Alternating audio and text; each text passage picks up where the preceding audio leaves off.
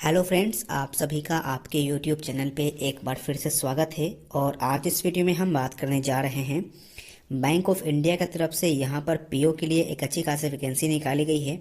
तो आज इस वीडियो में बात करेंगे कि बैंक ऑफ इंडिया के अंदर जो 500 पदों पर जो वैकेंसी निकाली गई है पीओ का, इसके अंदर क्वालिफिकेशंस क्या चाहिए। तो चलिए हर चीज़ के बारे में जानकारी लेने वाले हैं इस वीडियो के अंदर। तो वीडियो को शुरू करते हैं।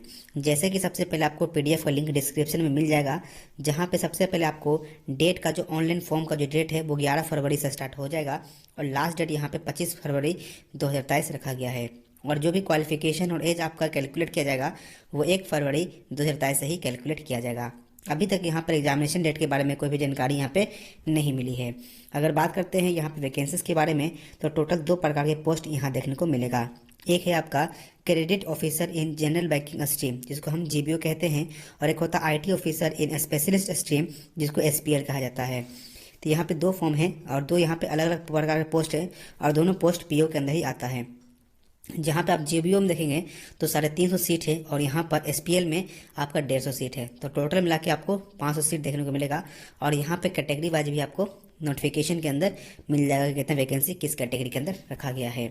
इसके बाद यहाँ पे अगर बात करें तो यहाँ पे सैलरी के बारे में, तो सैलरी आप यहाँ देख सकते हैं। आज के तौर पर यहाँ पे स्केल ऑफ पे आप यहाँ पे पूरा मेंशन किया गया है, जो कि आपको जूनियर मैनेजमेंट ग्रेड स्केल 1 का पेमेंट आपको देखने को मिलेगा।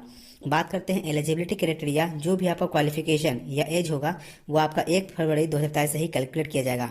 तो यहाँ पे लिखा गया है candidate must necessarily produce the relevant documents, यानी कि जितने भी रिलेवेंट डॉक्यूमेंट्स होंगे आपको प्रोड्यूस करना पड़ेगा, चाहे वो आपका कैटेगरी से हो, चाहे आपका नेशनलिटी से हो, चाहे आपका एज से हो, चाहे आपका एजुकेशन से हो, चाहे आपका एक्सपीरियंस से हो। और जितने भी डॉक्यूमेंट्स आपके सभी हैं वो आपका जो यहाँ जो 1 फरवरी 2023 रखा गया है डेट, आपको सब इसी के अंदर का बना होना चाहिए। यानी 31 जनवरी 2023 का कभी डॉक्यूमेंट है तो भी आप यहाँ पर फॉर्म को अप्लाई कर सकते हैं। लेकिन बहुत से बच्चों को कहना ये भी होगा कि मेरा अभी 2 फरवरी 2023 के बाद का बना हुआ है, तो क्या मैं इसमें दे सकता हूँ, तो वो आप अप्लाई नहीं करेंगे। ये यहाँ पे बता दिया गया है, साफ साफ यहाँ पे मेंशन किया गया है। इसके बाद नेशनलिटी यहाँ पे लिखा गया कि इंडियन सिटीजनशिप होना ज़रूरी है, तो आप ना देख लीजिएगा। एज और क्वालिफिकेशन की बात करते हैं तो यहाँ पे क्रेडिट ऑफिसर के लिए क्वालिफिकेशन देख पा रहे हैं, ग्रेजुएशन मांगा गया है किसी भी डिसिप्लिन में, चाहे आप बीए की हो, बीएससी की हो, बीकॉम की हो, या बीटेक की हो, या बी फार्मेसी की हो। जो भी ग्रेजुएशन डिग्री आपके पास है आप यहाँ पे अप्लाई कर सकते हैं। और ध्यान रखना है कि आपके पास मार्कशीट और डिग्री सर्टिफिकेट ये इशू होना जाना चाहिए, वो यहाँ बोला गया है। एज लिमिट यहाँ पे देखते हैं 20 से 29 साल दिया गया है। ये आपका मिनिमम साल 20 और मैक्सिमम 29 साल है। अगर हम जनरल की बात करते हैं, जनरल कैटेगरी के लिए यहाँ पे मात्र 29 साल है, लेकिन अगर आप ओबीसी से बिलोंग करते हैं तो 3 साल का छूट मिलेगा, यानी 32 साल। और SC ST की बात करते हैं उनको 5 साल का छूट मिलेगा, यानी कि 34 साल तक वो अप्लाई कर सकते हैं। वहीं पे अगर आईटी ऑफिसर के लिए अप्लाई कर रहे हैं तो यहाँ भी एज लिमिट आपका 20 से 29 साल है। बाकी यहाँ पर जनरल को कोई भी छूट नहीं मिलेगा एज में, ओबीसी को 3 साल का और SC ST को 5 साल का छूट मिलेगा, वो यहाँ पर रखेगा।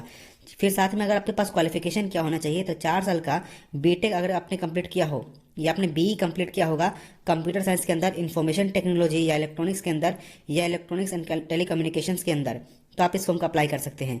अगर आपके पास 4 साल का डिग्री नहीं है बीई या बीटेक का इलेक्ट्रॉनिक्स या आईटी के अंदर, तो कम से कम आपका ग्रेजुएशन डिग्री होना चाहिए। साथ में पोस्ट ग्रेजुएशन डिग्री आपका इलेक्ट्रॉनिक्स या इलेक्ट्रॉनिक्स एंड टेलीकम्युनिकेशन के अंदर होना चाहिए, या इलेक्ट्रॉनिक्स एंड कम्युनिकेशंस के अंदर आपका, या कंप्यूटर साइंस या आईटी में आपका ग्रेजुएशन के साथ में यहाँ पर पीजी होना चाहिए, तब आप फॉर्म का अप्लाई कर सकते हैं। अगर आपके पास ये भी नहीं है और ऊपर वाले क्वालिफिकेशन नहीं है, तो कम से कम आपके पास ग्रेजुएशन तो होना चाहिए किसी भी डिसिप्लिन के अंदर। साथ में आपके पास DOE ACC का B लेवल सर्टिफिकेट आपके पास होना चाहिए, तभी यहाँ पे आप आईटी ऑफिसर के लिए अप्लाई कर सकते हैं। और यहाँ लिखा हुआ भी है, जो भी यहाँ पे क्वालिफिकेशन जो मेंशन किया गया है वो आपका 1 फरवरी 2023 से पहले का ही बना होना चाहिए, ये यहाँ पे बता रहा है। इसके बाद अगर बात करते हैं उम्र की बात करते हैं, छूट यहाँ पे मैंने आपको बताया SC ST को 5 साल का छूट और ओबीसी नॉन क्रीमिलियर को यहाँ पे 3 साल का छूट मिलेगा। लेकिन अगर फिजिकली हैंडीकैप है और जनरल कैटेगरी से बिलोंग कर रहे हैं तो 10 साल यहाँ पे एक्स्ट्रा छूट मिलेगा, यानी कि जनरल कैटेगरी फिजिकली हैंडीकैप वाले 39 साल तक अप्लाई कर सकते हैं। लेकिन अगर ओबीसी से बिलोंग करते हैं तो इसमें 3 साल और जो लीजिए, फिजिकली हैंडीकैप है तो 42 साल। अगर आप ओबीसी हटा के SC ST पहुंचते हैं तो आपको यहाँ पे 45 साल तक जो है यहाँ पर आपको फॉर्म भरने के लिए दिया जाएगा। इसके बाद यहाँ पर देखेंगे तो यहाँ पे मैक्सिमम एज जो है यहाँ पे बता दिया गया है, ये दिक्कत नहीं आपके लिए होगा। इसके बाद यहाँ पर अगर देखेंगे तो यहाँ पे जो नोटिफिकेशन और जो इंपॉर्टेंट चीज़ है अब उसके पास हम आपको लेके चलते हैं। सिलेक्शन प्रोसीजर यहाँ पे देख पा रहे हैं। यहाँ 3 स्टेज में आपका सिलेक्शन प्रोसेस होगा। पहला आपका ऑनलाइन एग्जामिनेशन, फिर आपका ग्रुप डिस्कशन और उसके बाद पर्सनल इंटरव्यू। तो 3 प्रोसीजर में आपका ये सब कुछ होने वाला है।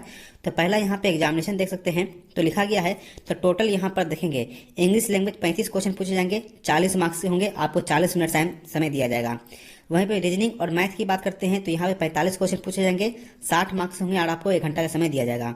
यहीं पर जनरल के लिए, इकोनॉमिक और बैंकिंग अवेयरनेस के लिए 40 क्वेश्चन पूछे जाएंगे, 40 मार्क्स के होंगे और 35 मिनट का समय दिया जाएगा। वहीं पर डाटा एनालिसिस और इंटरप्रिटेशन के लिए आपको 35 क्वेश्चन पूछे जाएंगे, 60 मार्क्स के होंगे और आपको 45 मिनट का समय दिया जाएगा। वहीं पर इंग्लिश डिस्क्रिप्टिव पेपर है, यानी कि आपको लिखना पड़ेगा एक राइटिंग और ऐसे, ये लिखने के लिए आपको यहाँ पर 30 मिनट यानी कि आधा घंटा का समय दिया जाएगा। 2 क्वेश्चन पूछे जाएंगे और आपको मैक्सिमम मार्क्स 12 नंबर के क्वेश्चन होंगे, तो 25 मार्क्स के क्वेश्चन पूछे जाएंगे। तो टोटल यहाँ पे आप देखेंगे तो यहाँ पे देख लीजिएगा आपको कितना टाइम हुआ और कितने क्वेश्चन पूछे जा रहे हैं और किस सेक्शन में कितना है वो यहाँ पे बता दिया गया है। इसके बाद यहाँ पे नेगेटिव मार्किंग के बारे में कह रहा है, तो यहाँ लिखा गया there will be penalty for wrong answer, यानी कि कुछ गलत क्वेश्चन करते हैं तो यहाँ पे नेगेटिव मार्किंग आपके लिए रखा गया है। उसके बाद यहाँ लिखा गया है कि कितना, तो 1/4 ऑफ मार्क्स यहाँ पे आपके कटे जाएंगे, यानी कि 25.25 मार्क्स आपके कटेंगे हर एक क्वेश्चन को गलत करने पर। ठीक है। इसके बाद आपका यहाँ पर इंटरव्यू के लिए बुलाया जाएगा। Bank will conduct the personal interviews of all the selected candidate, यानी जितने भी कैंडिडेट सिलेक्शन होंगे उसके बाद में उसका इंटरव्यूज होगा, जिसमें कि टोटल मार्क्स जो आपके अलॉटेड होंगे इंटरव्यू में, यानी कि टोटल मार्क्स जो है इंटरव्यू के 60 मार्क्स होंगे, जहां पे आपको पास करने के लिए, यानी कि इसके अंदर भी इंटरव्यू में आपको पास करना जरूरी होगा। 40% चाहिए जनरल ईडब्ल्यूएस को, और SC ST OBC और फिजिकली हैंडीकैप को 35% का मार्क्स होना चाहिए, यानी कि 24 नंबर जो है जनरल वाले को आना जरूरी है, और 35 का देख लीजिएगा कितना 60% होता है, तो उतना जो है OBC SC ST को नंबर आना जरूरी है। इसके बाद यहाँ पे ग्रुप डिस्कशन होगा, जो कि ग्रुप डिस्कशन भी कंडक्ट किया जाएगा उसी कैंडिडेट का जो ऑनलाइन टेस्ट में जो सेंटर सिलेक्शन हो जाएंगे, यानी पहले ऑनलाइन एग्जामिनेशन में सिलेक्टेड हुई, फिर आपको GD का मौका मिलेगा, और GD जो है टोटल 40 मार्क्स से होंगे, इसके अंदर भी 40% आपको मार्क्स लाने होंगे जनरल और EWS को।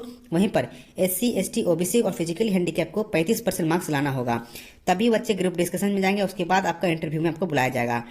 उसके बाद फाइनल सिलेक्शन जो यहाँ पे किया जाएगा, फाइनल सिलेक्शन जो आपका होगा वो आपके मार्क्स जो ऑब्टेन होंगे ऑनलाइन एग्जामिनेशन में, इंटरव्यू में और ग्रुप डिस्कशन में, इन तीनों मार्क्स को जोड़ दिया जाएगा। उसके बाद आपका फाइनल लिस्ट जो है कैटेगरी वाइज यहाँ पर बनाया जाएगा। अगर किसी यहाँ पे फिर कंडीशन दिया गया है कि 2 बच्चे का नंबर सेम होने पर क्या होगा, वो यहाँ पे बताया जा रहा है। इसके बाद यहाँ पर आप देखेंगे कि यहाँ पर और जिस बच्चे का फिर सिलेक्शन यहाँ पे हो जाएगा, उसके बाद यहाँ पे आपको एक कोर्स करवाया जाएगा, जो कि आपका नाम होगा post graduate diploma in banking and finance, यानी कि इस कोर्स के अंदर आपको एनरोल किया जाएगा, जिसमें आपको इसमें फीस देना पड़ेगा। तो यहाँ लिखा गया है कोर्स का फीस कितना होगा, 3,50,000 आपको देना पड़ेगा, प्लस GST आपको देना पड़ेगा। यानी इस पहले आपको पहले 1 साल का कोर्स करवाया जाएगा, और जो 3,50,000 प्लस आपको जो GST होगा, ये आपको पैसा वापस कर दिया जाएगा जब आपने यहाँ पर 5 साल का जब अपना जॉब कंप्लीट करेंगे, तब ये पैसा आपको टोटल आपके अकाउंट में ट्रांसफर कर दिया जाएगा। अभी 3,50,000 आपको कैसे देना है, एक बार देना है कि आपको सेपरेटली देना है, तो यहाँ पे मेंशन किया गया है कि आपको पेमेंट जो यहाँ पर आपको अलग अलग तरीका से देना है। जैसे कि अगर आपने शुरू किया है, ट्रेनिंग जैसे स्टार्ट होगा, तो आपको यहाँ पे 1,20,000 प्लस इसमें जो GST लगेगा वो आपको देना होगा, जो कि फर्स्ट वीक ऑफ अप्रैल 2023 में आपको जमा करना होगा। उसके बाद यहाँ पे जब दूसरा यहाँ पे ट्राइमेस्टर होगा, तो यहाँ पे आपको फिर से 1,20,000 देना होगा, साथ में GST जो लगेगा वो देना है। उसके बाद जब थर्ड ट्राइमेस्टर, यानी कि हर 4 महीने में आपको एक बार के इंस्टॉलमेंट आपको देना है, और लास्ट सेमेस्टर में आपको 1,10,000 रुपये आपको देना पड़ेगा, प्लस GST के साथ में पे करना होगा, तो 3.5 लाख रुपया पे करना है, और आपको यहाँ पर GST भी पे करना होगा। और मैंने फिर कहा कि पैसा फिर आपको वापस कर दिया जाएगा। इसके अलावा यहाँ लिखा गया है जो भी अदर एक्सपेंसेस इसके अलावा जो होगा, जैसे कि कोई भी सर्टिफिकेट बुक लेने के लिए या कुछ भी होगा, वो कैंडिडेट को खुद करना पड़ेगा। उसके बाद जो सिलेक्टेड कैंडिडेट होंगे, चाहे वो पे अपने पैसा जो होगा 3.5 लाख रुपया प्लस GST खुद से पे कर सकते हैं, वरना अगर आप चाहें तो एजुकेशन लोन भी बैंक से ले सकते हैं, तो भी आप यहाँ पे एजुकेशन लोन के माध्यम से पेमेंट यहाँ पे कर सकते हैं। इसके बाद जो बच्चे जो होंगे, तो यहाँ पे लिखा गया है कि पैसा आपको वापस कर दिया जाएगा जब आप यहाँ पे 5 साल का जब यहाँ पे सर्विस कंप्लीट कर लेंगे बैंक में एक रेगुलर एम्प्लॉय के तौर पर, तो टोटल फीस आपको यहाँ पे वापस कर दिया जाएगा, वो यहाँ पे बता दिया गया है। इसके बाद यहाँ पे सिक्योरिटी बॉन्ड लिखा है, 3 साल का यहाँ पे आपको सिक्योरिटी बॉन्ड बनाया जाएगा, आपको देना पड़ेगा 3 साल का बॉन्ड बनाकर, ये भी यहाँ पे बता दिया गया है। इसके बाद यहाँ पे आपको स्टिपेंड कितना दिया जाएगा जब आप यहाँ पे कोर्स करेंगे, तो पहले 3 सेमेस्टर में आपको ट्रेनिंग के दौरान में 25 रुपये ही मात्र दिया जाएगा, लेकिन लास्ट जब सेमेस्टर पहुंचेंगे तो आपको 15,000 रुपये पर मंथ के हिसाब से आपको यहाँ पे मिलेगा। इसके बाद यहाँ पे एग्जामिनेशन सेंटर के बारे में मेंशन किया गया, कहाँ कहाँ एग्जामिनेशन सेंटर है और कौन कौन से डॉक्यूमेंट आपको यहाँ पे लगेंगे वो ऊपर यहाँ पे मेंशन किया गया। आप PDF में जाकर देख सकते हैं कि कितना कितना यहाँ पे कौन कौन से डॉक्यूमेंट मांगा गया है। अब यहाँ पे बात कर लेते हैं एप्लीकेशन फीस के बारे में। तो यहाँ पे एप्लीकेशन फीस जनरल, AWS और OBC के लिए 850 रुपये दिया लगेगा और SC, ST और फिजिकली हैंडीकेप के लिए यहाँ पे 175 रुपये आपको करना पड़ेगा, जो कि आप यहाँ पर 25 फरवरी 2023 तक यहाँ पे पेमेंट कर सकते हैं। तो ये जो पूरा इंपॉर्टेंट नोटिफिकेशन था, मैंने आपको सोचा आपको समझा दिया। अगर कहीं भी प्रॉब्लम हो रहा है कहीं भी तो कमेंट करके पूछेगा, मैं आपका जवाब उसका जरूर दूंगा। तो मिलेंगे जल्दी नेक्स्ट वीडियो में। Thank you for watching this video.